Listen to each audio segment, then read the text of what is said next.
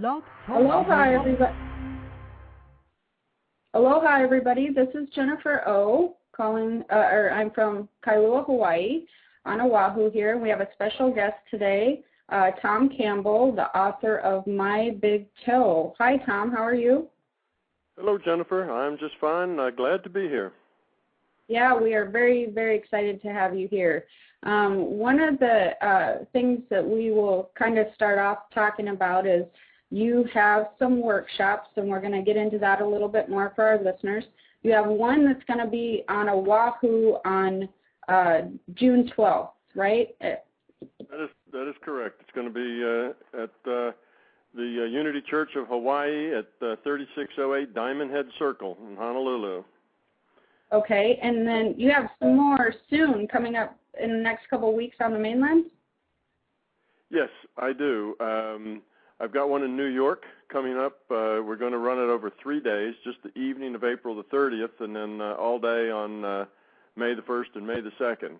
And where you can go to find out about these events is the one in New York. Go to mbtevents.com. That's MBT as in my big toe, events, all one word, .com. And there you will find a group of people. Keith and Donna run that site, and they'll be glad to tell you about hotels and, you know, where to go and how to get there and all the details. Actually, they can tell you about both of them, the one in Hawaii as well. But I do have a number for the one in Hawaii, and that's at baltich@hotmail.com. That's BALTICH @hotmail.com. Steve Baltich is the fellow that's sponsoring and putting this on in Hawaii for me. His number is 808-343-1935. But I think you can find out about that at the mbtevents.com just the same. You can find out about all the workshops there. Or you can call me too, and I can, or email me on my Facebook page or my jenniferopsychic.com website, and I will forward you all of that information for any of Tom's events that are coming up. And, you know, I'm really excited to have you on the show. We'll talk about some of what you're going to be doing in the workshops.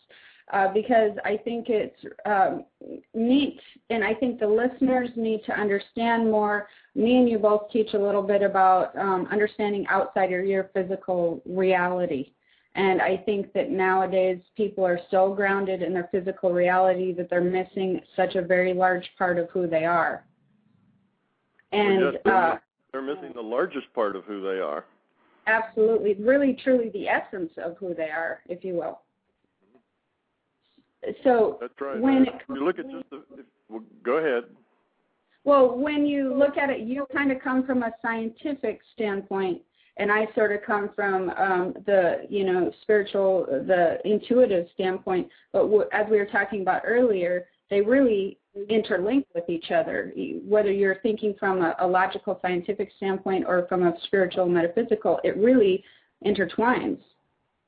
Well, they not only intertwine, but what I've been able to do here in the last some years after I wrote My Big Toe is understand how to derive the metaphysical part from the scientific part. So that puts a good, firm scientific foundation under metaphysics, under spirituality, under the paranormal events, all those experiments that kind of mystify scientists right now, the reverse causality things, the idea that people, well, you know, if you ask people to say, you know, raise your hand when you hear the bell, they actually, measurements can see that they start to raise their hand before the bell rings. You know, these kind of precognitive things, out of body, remote viewing, healing, all those things now have a good scientific explanation. So that's kind of neat. So it's not only that they run together, but they're basically all one and the same. You know, truth is truth, and if the truth is whole, and if you have a big enough picture, it ought to all blend together into just one thing, and we find out it does. Well, that's true. That's exactly right. And what I notice with the people that I teach is some of the newbies, I want to say, they have a hard time understanding or grasping anything they cannot see, as you know, or justifying it if it has not been scientifically proven. And you're kind of bridging the gap between for those people so that they can sort of have something to wrap their mind around that is more logical, and then they'll open their mind to, being able, like the law of attraction, the different energetic things that happen with everybody. They open their mind because there's more of a scientific basis, and for some people, they need that logical connection in order to open their mind, which you've done a wonderful job. Yeah, that's absolutely true. I would say that that science is the religion of the West. And I say that because science is the one thing that people will believe. When the scientists stand up and say this is how it is, everybody believes it. It used to be when the priests stood up and said this is how it is, everybody would believe it. So science holds sway and basically defines for us what's real and what's not real. So I think that's what you're saying is very true. We need to approach this. See, I am a scientist. I'm a physicist, so I also had a lot of experience in the metaphysical area since I kind of cut my teeth with Bob Monroe, and Bob taught me how to do out of body, and I helped him build up his lab and business. So I kind of learned from the best teacher there, I think, and that out of body and remote viewing and healing and all those sorts of things. And for years and years and years, I struggled to explain them with science. So I did a lot of exploring. I did a lot of researching and testing to see just what were the limits of this larger reality. What did it do? How did it work? What could you do in it, and why? There must have been limitations. There must be a physics there because it was consistent.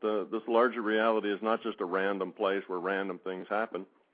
It has its own point and purpose and reasons and causality. So my job for about 35 years was to figure out what that causality was and how did it work. And then when I kind of got to the point where I thought I had it, then I wrote these books. So that's what the My Big Toe trilogy is about. Yeah, that's your big toe is kind of your journey of learning about astro travel and all those different things and the stuff that you went through, correct? Yes, it starts out kind of gives a background of how I ended up out at Whistlefield and kind of my own experiences, and then after that it gets into the theory of how things work and gives a logical explanation of what reality really is. And once you understand reality, then all the rest of these things fall out. And the neat thing is that not only does metaphysics fall out, but physics falls out as well, because like we were saying, that's really all one truth. So I find out that in this theory that explains paranormal and metaphysics, it also does things. It does good physics that physicists right now can't do otherwise. In other words, it derives quantum mechanics and it derives relativity, which is the toe theory of everything that Einstein and others have been working on now for almost 100 years. And that the answer, the solution to that problem, then falls out, as well as some of the other experiments that kind of involve the mind-matter interface that have been done in universities and labs now for probably 20 years and just been, they're just mysterious. These things work, and they always work, and the experiments have been shown to have real good scientific protocols and so on, but just nobody gets it. Nobody knows why they work, such as people can influence random number generators to bias them to one side or another, that sort of thing with their mind. And these things have been done over and over. Princeton had a lab called Pear Labs that worked on this sort of thing, and they, you can imagine Princeton does good science, and they studied this and dozens of other such things, and now all that seems explainable. It just kind of falls out of this theory. So it is true. Once you have a big picture and you understand reality, then you understand things like, how does it work? Why are we here? What's the purpose? Those sorts of things, which are basically metaphysics, fall out as well. Right. Well, and just before we get into your workshops a little bit more, when you were at the Monroe Institute, some of the things that you did was you guys did chart and study doing your own astro travel. Is that some of the things that you had done? Yes. Yeah, it was called astral travel and astral projection, and Bob kind of coined the word out of body because he wanted to avoid the baggage, the emotional baggage that was attached to astral travel. It became out of body, and OBE was Bob's acronym for it. Bob loved acronyms. That was I think he was an engineer at heart. He liked acronyms. But anyway, yes, I spent years there, spending, let's say, 20 to 30 hours a week with Bob Monroe, myself and Dennis Menerick, helping him generate a lab and doing experiments. What Bob wanted to do is show that out of body was a real thing. It was science. It actually happened, and he wanted to be able to isolate what was happening and then teach other people. So we were working on those kinds of experiments while Bob was teaching Dennis and I how to experience it, because until you experience it for yourself, then it's not real to you. Right. It's just theoretical. It's just something that other people tell you about, but it's not really real until it's your own experience. So Bob taught us, and we tried to understand it enough that we could teach others. So that's my background in the metaphysical area. Wonderful. Well, and now you've integrated or used some of your knowledge from what you learned there and the knowledge that you've gathered over the years, and you've created these workshops that we were talking about at the beginning of the show. And for our listeners that are out there, can you tell them a little bit about what you teach in the workshops and kind of what they would learn if they came? Okay, I sure will. It's basically broken into two major pieces, and one of them is the theory piece. So in the beginning, I explain how the world does work.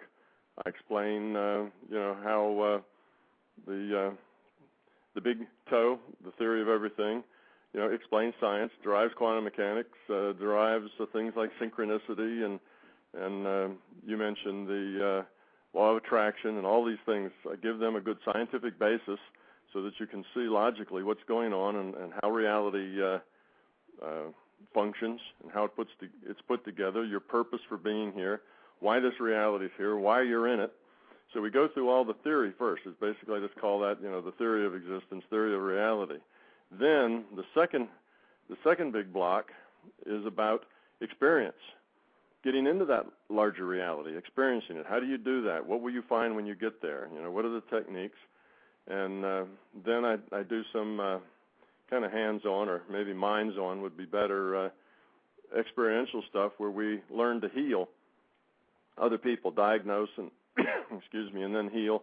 And we do a little bit of remote viewing as well. And then that gets done both at the end of the theory section, and then we do it again after we talk about the larger reality and how to access it and what it's like. We also go back and do some more of that hands-on experiential. So people will learn to understand the nature of reality and how to interface with it and how to heal. It's a pretty good time. It's intense. It's 2 really full days, and it's like drinking from a fire hose for a lot of that. An awful lot of information comes out. It's hard to digest it all so quickly because so many of your paradigms will be broken. But I think it's a good time. Everybody generally enjoys them and has a good time and learns a lot. Well, and what I liked I had watched some of your workshops on YouTube. If anybody's interested, they are on YouTube. You can search Tom Campbell, author of My Big Toe, on there, and you can see clips of different workshops he's done. But it's, I'm sure, not even close to as amazing as the real thing, as being in person. What I liked about your teaching also, Tom, was it seemed like you had different visuals, and you taught on several different levels. So if somebody was very visual or just in their head, you really kind of, hit all areas. So for anybody that thinks that maybe, going to learn from a physicist or any of that might be a little bit too much for them, I really think that you simplify that really well for just mainstream everybody. So that was the point. The writing, understanding what I wanted to write in the books and doing the lectures was the easy part. Actually doing it in a way that the average person could understand really well in an intuitive kind of understanding. That was the hard part. But I just did a speech. It was a keynote address for the Monroe Institute just like 3 or 4 weeks ago, and that's just went up on YouTube, maybe two days ago. And that kind of gives a good, for any of your listeners that just want to know whether they think they might be interested. If you go up to that YouTube site, again, just do Tom Campbell or TWCJR44, I think is the name I have on it, and listen to that speech that I gave at TMI. You'll have a real good idea. That's a very condensed version, though. That speech was 2 hours long, and we're talking about 2 very full days being condensed into 2 hours. So it was very superficial, but it does give a good overview of the theory. Right, and then do they get to ask you questions and you answer them at some point at the end or during the middle? Yes, and we do. We have questions. We have long questions. I have the questions held until the end. I have done that because otherwise we just wouldn't get through all the material. But the reason that we're starting on Friday rather than waiting to start on Saturday morning, we're starting Friday evening, is to allow more time for questions. We want to add a question and answer session after each major unit in the workshop, because that's important. That's how people actually take the information and assimilate it, custom fit it to their own experience, is through those questions. So they're very important, and we do allow hours for that, but it has before all been at the end. Now it's going to be spread throughout. Well, and I think one of the important things that everybody needs to understand, and that you also teach and I teach, is, these are all things that that you teach that people actually utilize on a daily basis also. We're all working with the universal laws. We're all working with, we're astral traveling at night. I experience it a lot. Not my favorite thing to do, Tom, so I can't imagine you did that for years on purpose, because every time I do it, I get real groggy, and I'm like, what the heck? This is not fun. But for some people, they very much enjoy it. And people tend to do it when for the listeners, in my experience, when you get towards your sleep, when you're starting to fall asleep at night, is when you get into that state of consciousness that allows you to let other things in. That's why people hear spirits at that time. That's why you astral travel at that time, and that sort of thing.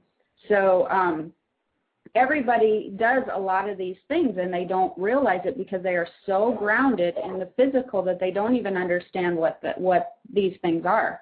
They don't understand what astral travel is. They don't understand how the universal laws work, and really they're doing it on a daily basis. Well, that's true. This is very natural. You are consciousness. Everybody is consciousness. That's the fundamental reality, not this physical reality. This physical reality is a virtual reality, and because you are consciousness, you have, entree into the larger system of reality, the larger consciousness system, as I call it. So all of these things are natural for you to do once you kind of quiet the noise and stop being totally focused and entrained by the virtual physical reality. All of these things become available to you. And though, as you described, astral travel sometimes starts with that just as you go to sleep state, that's only in the very, very beginning. This is just a matter of awareness, and you don't have to get into a groggy state. You can just change your awareness in a matter of tenths of seconds and be connected to another reality frame. And you can also stay connected to this one too.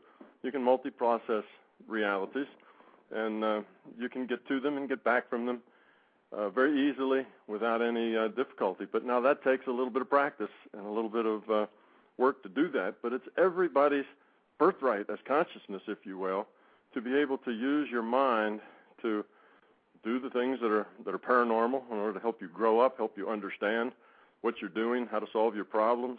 It all kind of fits together. And like any game that you're in, the better you know the rules and the more you understand the game, the more successful you will be at playing it. So if you're just marginal on the sidelines and you don't really know what's going on, then you're just kind of stumbling and bumbling your way through life, and you're missing the most significant and important part of it. Well, and I liked your analogy there, and it's very poignant in the fact of these things, when you understand them, it's like they're not going to come to your workshop and all of a sudden be something else. It's like they're going to come to your workshop and be more aware of who they are and understand more of who they are in order to use all the tools that we have. And you have everybody walking around with the tools, but they're not understanding or integrating them into their life, and it really makes it a lot easier. If they just open their mind to bring in that knowledge, it makes it a lot easier to work, like you said, with the everyday problems, with resolving things, with accomplishing goals, and health, which is something that you mentioned. I noticed that immensely, people being very affected when they're so grounded in their physical reality, with technology, with people on their Facebook and on their iPhones and on their Blackberries, and I mean, they're having to make laws so they're not texting while driving. They are so grounded in their physical that they have really, their health is starting to be affected. Don't you see that happening as well? Oh, sure. You know, everybody has to learn at their own rate and do it in their own way.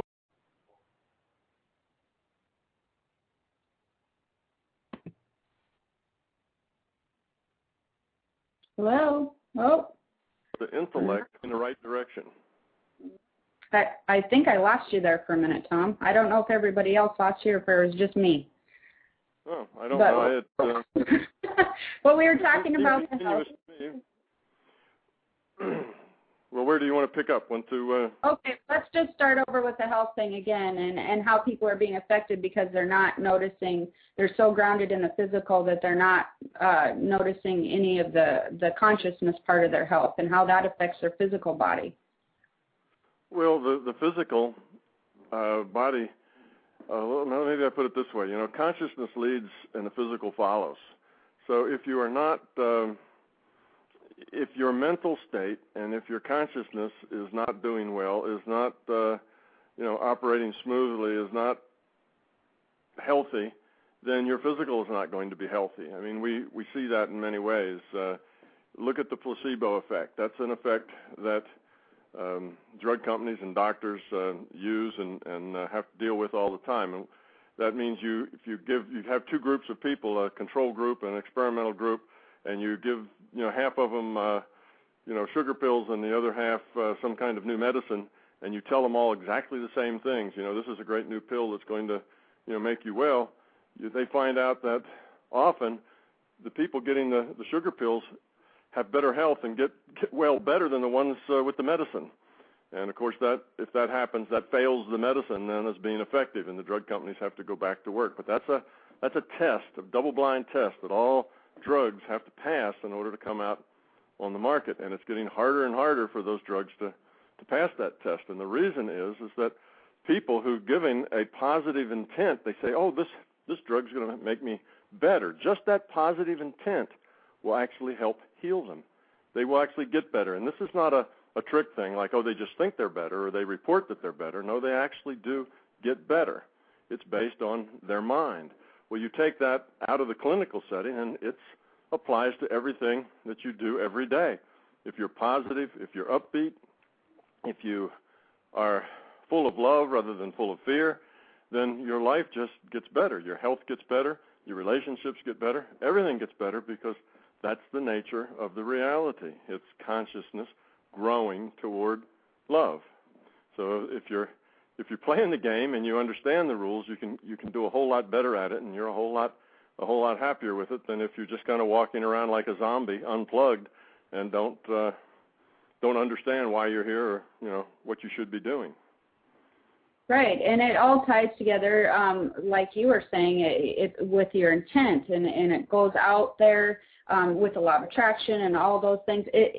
I think with your workshop and things that we were talking about, it'll help you tie all that together, what your consciousness is, what your intent is, how that affects your physical reality, how that affects your physical body, how that affects you, achieving goals or different things that you want to in your lifetime. And it affects so much your physical reality and the intent behind it and how you feel. And some of the people, I have a lot of people, I don't know if you get this question a lot, but I get this question a lot. where they'll be like, I use the law of attraction, or I'm using the pictures and nothing's happening. Like there's nothing, I'm not getting anything from it. So what's not working? And one of the things that I notice, I don't know, again, if you get the question, is the intent behind it seems to be that they want to create this picture but not do anything to get to their goal. They don't want to, like, for instance, if it was a health issue, they would create themselves being healthy, but then they wouldn't try to, like, maybe go run or do the proper things, to physically get themselves into health. If it was like a new house that they wanted to, they'd create the house in their head, but they would maybe not seek a job. Do you notice that people are having a hard time understanding that also that kind of action you have to sort of, the intent behind that would possibly be the action and it would move forward? Do you notice that they tend to be disconnected with, if they think they can create something with their mind, that it just should be there? Well, I don't notice that quite as much as you do. I don't deal with the law of attraction and with people in that same way that you do. But yes, it's true that it's not a matter of wishing. Wishing is just kind of an idle thought. Oh, I'd like it to be this way, and that doesn't carry any power at all.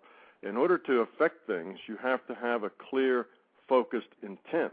Now, the way you get your intent to be clear and focused isn't by wishing harder. It's by reducing the noise in your consciousness. One of the ways you reduce noise in your consciousness is by meditation. And what I mean by reducing noise is you need to let go of all the jabber, of all the things that your mind are doing. It's constantly judging, assessing, evaluating, going over things. It's just yakety yak in your mind. Well, that is just scattering the energy of your consciousness, all that mindless jabber. And anybody who's tried to meditate understands that, because the very first thing you learn when you meditate, and they tell you to just let everything go through your mind, have no thoughts. And that's extremely difficult for most people. They relax their mind, and their mind is just a torrent of thoughts. Well, you have to clear all that up before you have a clear, focused intent. So there's a big difference between wishing and actually using your mind to create something in order to manifest something.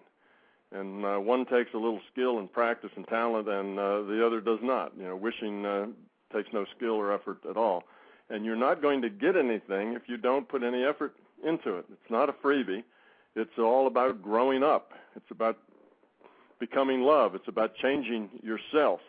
And if you're not changing yourself, if you're not growing up, if this is not something that is part of your evolution of consciousness, part of your becoming, part of your understanding, increasing, expanding your awareness, if it's not part of that, then it's not going anywhere. And it's not going to take you any place, and you will not be changing the future probabilities that are in front of you. Just wishing for it is not what it's all about. It's about changing yourself. It's about growing up. It's about becoming love. Right. I like the intent part, because that's where I notice a lot of people are missing things. And, we have a caller, so let's see. They probably have a question for you. Let's see if we can get them on. 760 area code. Hi. Can you hear? Hi, you have a question for Tom? Hi, yeah. My name's Betty. I'm a member over at the discussion board Tom has at mybigtoe.com. Hi, Tom. Hello, Betty. My question for you is, on a daily basis, what is the best practice that is the most important thing to remember about this seemingly physical life experience to help us have more effective person-to-person interactive experiences? Okay, the most important thing that a person can realize is that it's not about them, it's about other. As long as you are focused on yourself, as long as you are, everything that you think about is about you. How is this going to work for you? What are you going to do next? Are these things going to be ready for you when you need them? And are you getting what you deserve out of this relationship or out of that job? As long as it's all about you, then you're going to live in frustration. One of the first steps that you can make without meditating, without doing anything, is just look at your life and see how you are focused. And if your focus has you, number one, numero uno, at the center of your universe, and it's about you, then you're not going to progress very much. That is a state of ego, and it is non-productive for you or anyone else. So that would be the one thing that people could do, because you could say, well, the most important thing to do is go meditate, but then people are put off by that because they feel like that's some kind of, thing that they have to learn, and it's hard to do, and they'd have to pay money to learn how and that sort of thing. But you don't really have to go there. All you have to do is look at who you are, what you're doing, and more important, why you're doing it. What's your motivation for everything that you do, even the tiny things, the small things, all the things that have to do with relationship. Is it about you getting things the way you want it, or is it about other? If it's about other, you're on your way. Wonderful, wonderful advice, and I will see you all in New York. Thank you very much. See you in New York, Betty. Hey, thank you for calling. Bye. Thanks for being there. Oh, this switchboard's wonderful. One of the things that I noticed that you were just talking about too is something that everybody can learn is people always are wondering why things are happening to them. It's like life is happening to them. This happened at the grocery store, and this happened when I was driving down the road, and they don't realize that the universe works with intent and what you've put out there and your pictures and how, like you said, if you get up every morning, you have a positive attitude, you've sort of put that intent out there. And even if you do get a flat tire, if you realize that, you know what, maybe you were supposed to be a little bit later for someplace, that there's all these other universal laws at work, and that maybe you were supposed to meet somebody who helped you with the flat tire. People need to change their perception. They really need to get out of their ego, and they really need to change where they're coming from, because it is a very me-based society anymore. And you're really noticing it with everybody, but just like with everybody that with the economy and in the way that that's turned, a lot of people that lost a ton of money had way too many things to begin with. I mean, yes, we've lost some jobs, but why do people have 3 houses, 2 boats, and 5 cars? I think that it's kind of gotten away from the basis of why we're here, and just we're so focused and motivated, everybody, in achieving and getting it's very money based. It's very status based. It's very, they've lost who they are. They've lost their spiritual side, So. Yeah, the idea that where you started that sentence is, well, this happened to me, at the grocery, this happened to me at work. You notice the problem with that is that all the sentences end in me, and often a lot of sentences start with I. That's the fundamental problem there. If you look at life, your experience here, as opportunities to grow, opportunities to interact with everything, every situation, with love, with caring, being detached from your ego, then just coming to that idea kind of frees you from all of that angst, from all of that anger and frustration, because you have that flat tire. Then that's just an experience to deal with. It's not about, it's going to make me late, I'm going to have to get the tire repaired, and that costs money. That's not the issue. That's all about you, your money, your time, your appointment. You just need to, it's an experience. See what happens. You'll be surprised what lovely things that the larger consciousness system delivers to you if you just live in the moment. Take each moment as it comes. Be fully connected in that moment. Not that you're in a rush to get through this because you need to hurry up and get there and this tire's slowing you down, but everything happens. You deal with it with grace, with caring. You interact openly. You're aware, and just go through your life that way. And you might think that, well, if I did that, all kinds of terrible things would happen. Awful things would rain down upon me. But just the opposite happens. If you just kind of sit back and become present in the moment with everything, then you'll find that your life will actually improve a whole lot. Things will start falling into place. All the frustration tends to disappear.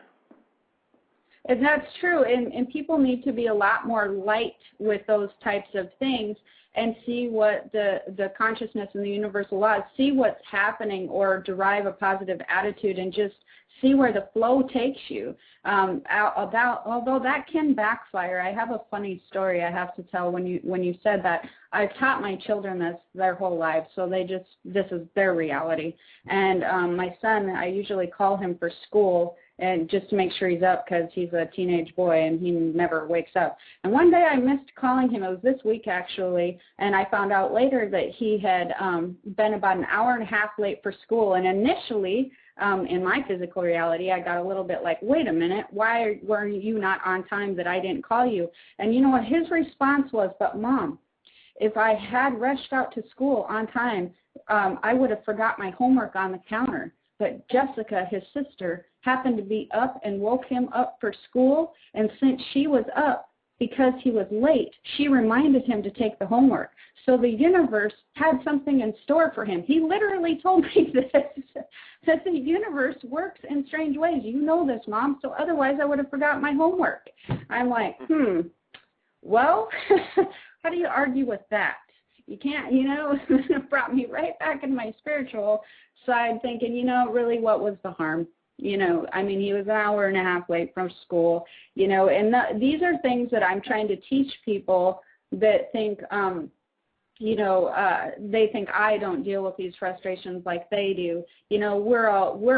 I'm dealing with it all the time too, and reminding myself when I catch myself with little things like that and what the intent behind that was, and really not to make a mountain out of a molehill, and to be a lot more calm with little things that happen to you in your life or with your children that really shouldn't matter that much. You need to look beyond that. You need to look. And that brings me into the next thing I'd like to talk about is happiness. I have noticed people really have lost touch with what that is, literally. They think it's something that's given to them by a person. Well, so-and-so makes me happy, or I'm happy when I can do this. And they're not realizing that it's really, and this is such a cliche, but they really need to get this. In your spiritual being, you're gifted with happiness. It's a choice. It's an emotion that you can choose to access every day, all day if you want to. Just live in complete bliss. But for some reason, they think it's something that's given to you. It's like they think it's received from a material item or from a spouse. That really gets me, when they think that is why they're happy. And that really, I think that if they make the connection with their consciousness and the spiritual side of who they are, it will help them understand it's not something given to you. Does that ever come up in your workshops at all, like emotion and happiness? Yeah, we talk about things like that in the workshop. But the thing that people need to realize is that they are responsible for their lives. They cannot blame, their frustration or their unhappiness on anybody else. When you say, this person did such and such and that made me angry, well, the person is not making you angry. The person just did whatever they did. You choose to be angry because of that. So you have to be responsible for everything that happens to you. And when you understand that, you're also responsible for this, this happiness, feeling good. And basically, that's mainly just the absence of feeling bad. It's the absence of the frustration and all the other things going on in your life. It's not something special you have to do or be. It's just you. It's just the way you are. And when you stop defining things as affecting you rather than you as whether you accept or how you react to those things. Do you react with anger or not? If you do, then you live in an angry state. You live in an angry state, then you're not happy. So it's your own responsibility, the way life is treating you. If you think life is treating you badly, that's not it. Life just is. And you're interpreting it as being frustrating or as being bad. And the interpretation is all up to you. It depends on how you see things. It's just a matter of perspective. That's where the self-focus thing comes from.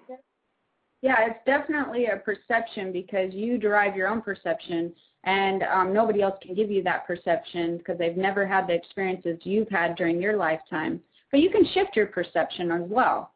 So those things are really, really important for people. And, you know, one of the things I wanted to ask you, when you started the experiment at the Monroe Institute, were you pretty skeptical about what you guys were going to learn? Or were you pretty open-minded going into it with the scientific mindset that you have? Oh, I was very skeptical, but at the same time, I was very open-minded. I think those two things must go together. You must always be skeptical. If you're not skeptical, then you're liable to wander down, you know, some garden path thinking that what you believe is actually true.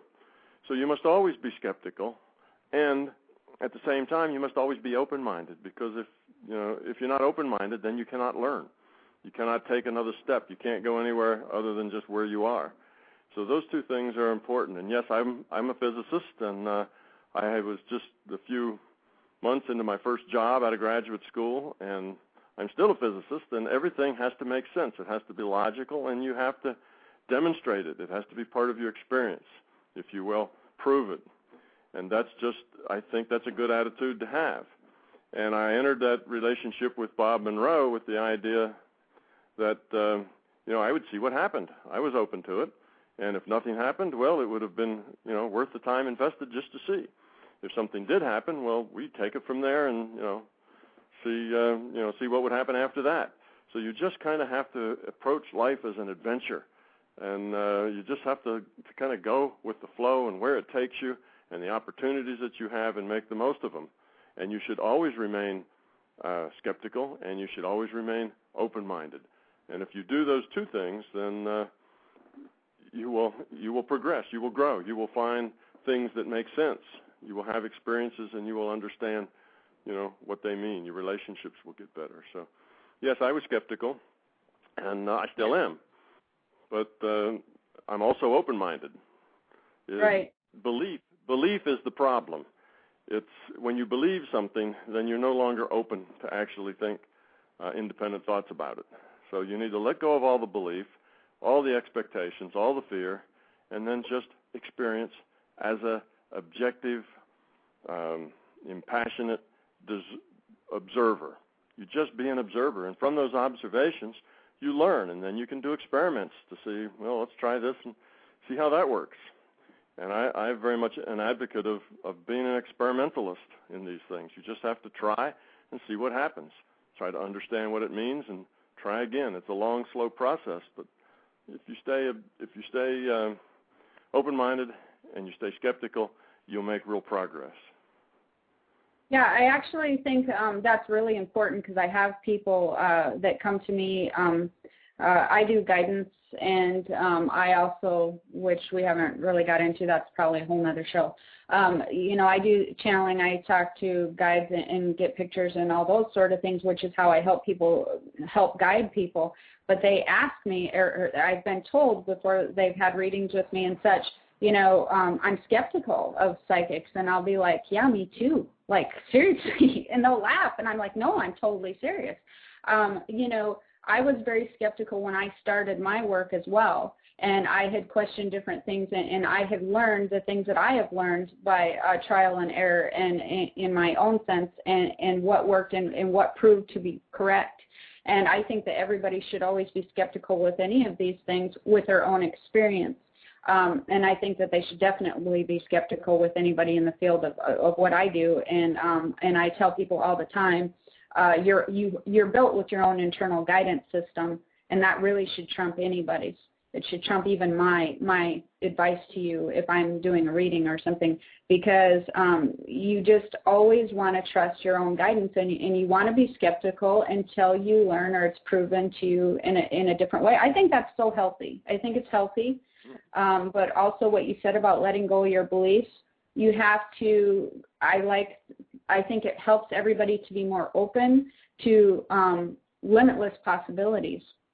And like you said, people have been taught for so long to think within this box. And they really, that's where I think a lot of people have the problem where, well, that can't be done because you can't see it or whatever. They're so taught within the box. You have to get rid of the box and be skeptical, but be open-minded to what you may learn.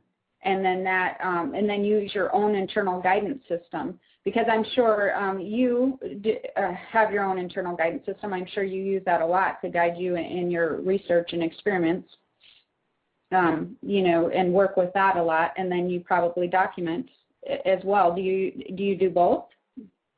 Oh yes. The larger consciousness system is a very big place, and this reality frame is just a little tiny part of it. And you eventually get enough breadth through your experience that you have lots of help, lots of guidance, lots of opportunities, things that that help you along the way. But a point to make here is that it's not about what somebody else can do for you. It's not that somebody else can tell your future, or give you a reading, or give you advice. That's may be helpful in the short run for you, but the main point is you need to learn to do this yourself. Is that you have all that capability yourself, and it should be about your learning and your growing, not about seeking out other people who can do things that you can't do. You need to realize that you can do these things, and then progress your own evolution of your own consciousness. So that's kind of an attitude rather than seeking it out from somewhere else. Learn to do it yourself. That's really, really important. I'm so glad that you hit on that. That's actually what my last show was about, because people will call me and want guidance. And yes, I can help them guide in certain things, but they still, number one, have to take action. They still, number two, can change a number of things. So that's why nothing's set in stone. But three is I really try to teach my clients how not to want to come to me for guidance. I teach them how to get into their own guidance system, because as you said, that is so important. I'm glad you made that point, was everybody has it. You have it, I have it, my children have it, all the listeners, you all have it out there, listeners. You have your own internal guidance system. You have the ability to do what Tom did, or what I do, for that matter. You have the ability to remote view or astral travel, have out-of-body experiences. You have the ability to use the law of attraction, and you have the ability, you have your own intuition. You have your own psychic ability is what people like to call it. I call it a guidance system. You have that in your own body, and once you understand that you have that, once you understand that, and everybody has it equally. If some people use it more than others, they've developed it maybe higher than others. Some people have different abilities as far as the psychic stuff goes or whatever, but you all have it it's in your body. You have to separate it from the logical thing. I think my people have trouble doing, Tom, is because they go into their brain right away. They go into the thinking part of their brain, like, okay, how do I tap into my own guidance system? And they try to think really hard. And I don't know how it works for you, but for everybody that I teach, you don't get that guidance from in the part of your brain where you're trying to figure out what you're going to have for dinner. My guidance and most people that I teach, it comes from more of the heart center, so it's a different area. But they should never rely on somebody, a psychic or anyone, to continue to go to for answers. It just shouldn't be.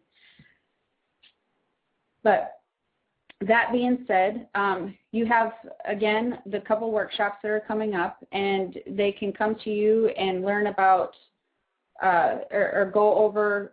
Do you teach the My Big Toe, the stuff that's in the book? The book's huge, the trilogy. So you don't go over everything that's in that book during the workshop, right? No, you couldn't do that. Yeah. I go over some of the basic concepts, and I also introduce material that is not in the books. So it's not just going through the book. It's not a lesson plan like that. It's more of an understanding of how reality works, and then understanding how do you get involved with it and make it work for you. How can you partake of it? How can you be a part of it and kind of integrate your own self into this larger reality? So That's what it's about. No, the books are large. There's 3 books. It's actually not a book. It's 3 books, even though you can get all 3 of them stuck in one binding, and then it's thick like a phone book. But it's a lot of material to go over. There's a lot of things in the book that I don't mention in the workshops, as well as things that I mention that are not in the book. So it's a different experience than the book. Okay. Yeah, so then if they want to get the book, they can get that on your website as well, if they want to get the trilogy, or you can order them separately also, right, on Amazon or something? Yeah, you can go to Amazon, Barnes & Noble, or you go to your local bookstore, and they if they don't have it on a shelf, which they probably don't, you can have them special order it. It'll be in their database. They can look for it in their database, and they'll find it. Or you can go to my website, which is www.mybigtoe.com, and you can order it there. I have very low prices, and if you're in the United States, you have this thing called media mail, which makes shipping very inexpensive as well. So at my website, you can get all 3 books together in one binding for $25.50, which is, that's a great deal. Yeah, which is like $8 a book or something. It's not very expensive. Okay, and that is basically kind of the story you were talking about with the Monroe Institute, and then it goes into the theory of everything and all of that, correct? Yes, just the first section. I want to give people an idea of where I'm coming from. So the very first section is a little kind of a little autobiography, a little history about the work I did with Monroe and what was happening to me at that point to make me the strange physicist that I am today. And then after that, we talk about reality and what it is, and why are you a part of it? How do you connect to it? What's your point and purpose, and why things happen the way they do? So that's then what the book is about. Which is also about the workshop, the why you're here, what reality, what your consciousness is, So right. Those I get a lot of questions about. So any of you out there, questioning why you're here and what your reality is and what the physical reality is and how that you, operate both, basically, because you kind of will help them understand that so that they don't feel like they're operating from one place or the other. So that they feel like absolutely. I'll help them not only understand it, but I'll help them become a part of it so they can use it. It's not just an understanding, but this is news you can use. You can apply this to your life and make a difference. Right. And so because sometimes I think people get the impression like if they go to the workshop, then that now they're going to be operating from a more spiritually conscious base, but that's not true. Tom will teach you how to just apply that to your physical reality so that you are working. I think when I explain it, to me that's working more as whole. That's actually operating both sides together is operating you more fully than you ever were operating before, because you can't really operate one half. It's not complete. If you're just in the physical or just in the spiritual, you have to be combining them.